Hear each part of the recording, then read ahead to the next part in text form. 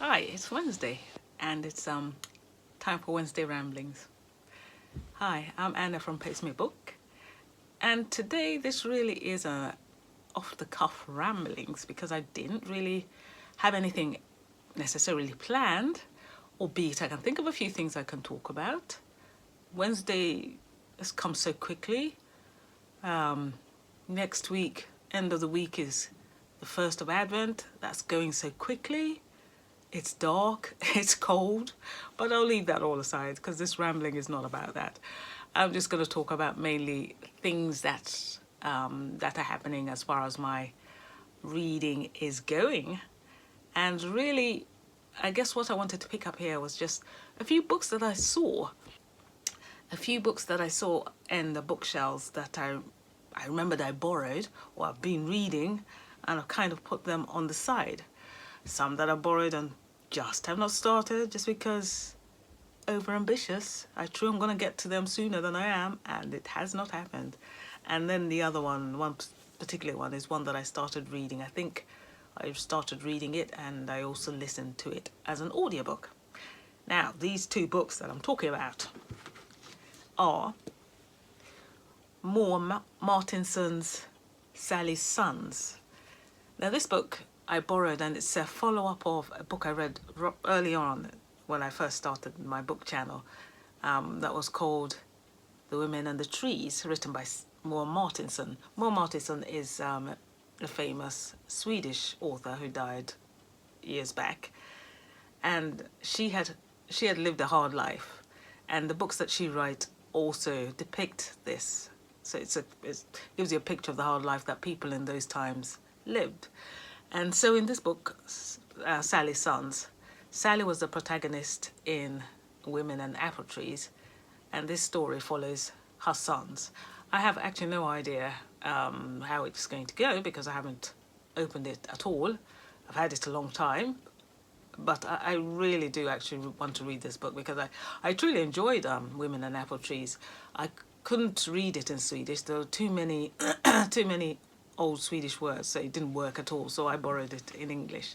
This one is actually in Swedish, and it doesn't seem like a very long book, so I shall make a go of reading it in Swedish. It will, if nonetheless, improve my vocabulary in Swedish, and so long as they're not asking for it back in a hurry, I think I'll enjoy it. I do think sometimes, not 100% sure, but I do think sometimes books might lose some of their meaning when it's translated into another language. So I'm going to give this one a go. I don't know when, but it's there on my list. I think I should finish it before the end of the year. I would love to finish it before the end of the year.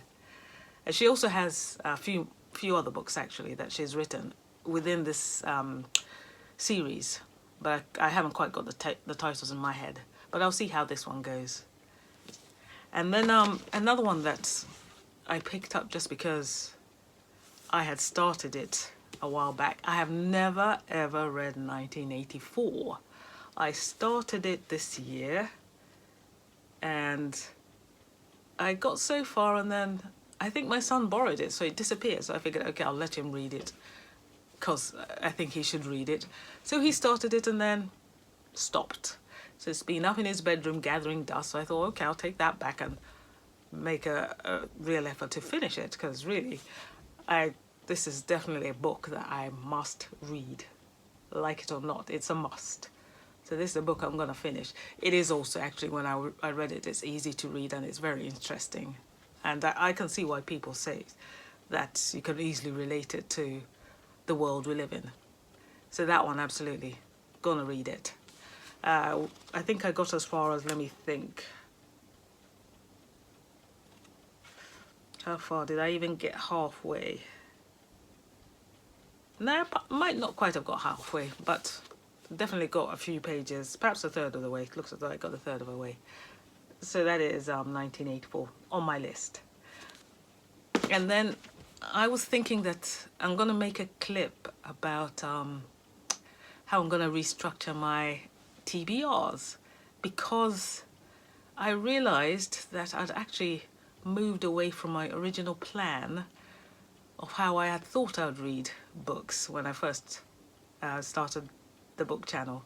The book channel, of course, was to help me also start reading books, which is great. I've actually started reading books. I don't think I otherwise would have done so. I'm still very slow, but at least I'm reading books.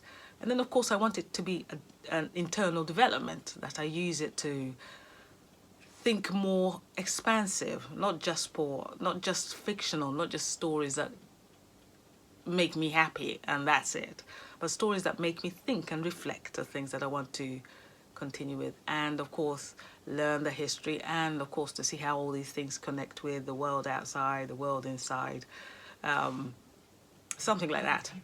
It's a bit of an ambition, but I think I can also succeed with that. Just excuse me, I just have to press that. I think I can succeed at that, but that I'm going to leave to that clip.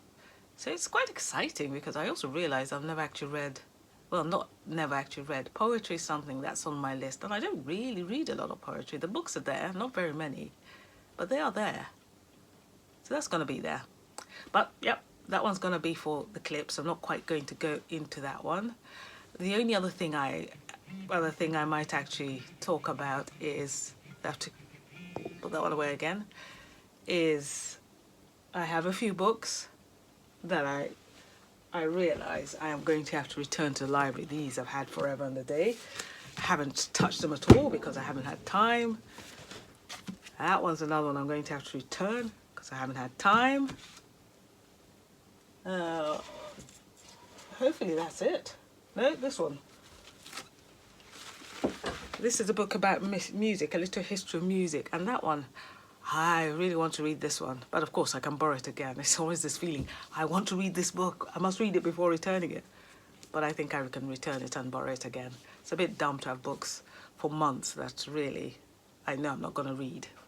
So this one I think I'll do the same. I'll return them and borrow them when I have time, rather than stress about reading them.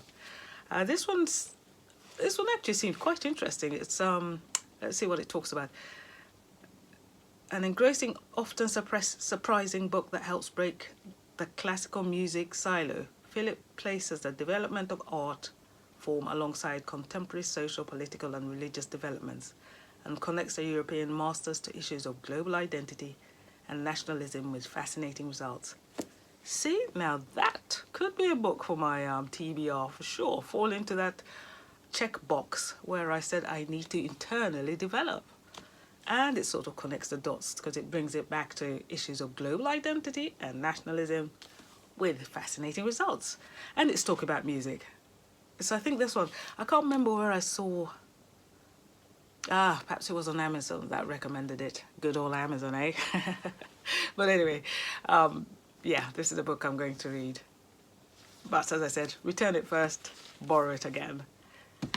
And otherwise, I'm not sure I have anything else to really babble about. I don't have any real Christmas book themes. Otherwise, that's something I could have picked up along the line. Done Scrooge many times ago. What is it called? A Christmas Carol? Though I haven't read it since I was a child, but I don't think I'm going to pick it up. But perhaps I'll watch A Wonderful Life with James Stewart. It's actually been a few years since I've done that, and it is a good film for Christmas. They do have that one is on the Swedish tradition for those who still watch it. And I think that's probably people who are a bit older now. I'm not sure. I'm not sure the younger generation are going to be so interested in It's a Wonderful Life, really. But yeah, I think I'll watch that one this year. But anyway, I think that is actually all I have to say. So until next time, thank you for watching to the end. Send a comment if you have any books that you're going to read specifically for Christmas. It'll be interesting because I can't really think of any specifically Christmas books. Just send a comment. Until next time, bye-bye.